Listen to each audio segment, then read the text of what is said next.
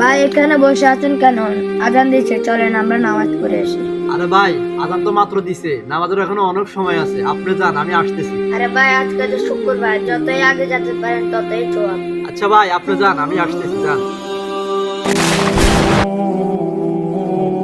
এই রক্ত আজকে মসজিদে প্রথম ঢুকছে, এর আমল নামায় একটা দুম্বার সওয়াব লেখা।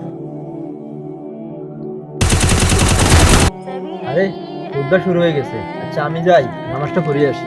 আরে ভাই খুবটা চুরি হয়ে গেছে, এখন আর মানুষ আসবে না, আমরা তাই খুবটা চুরি।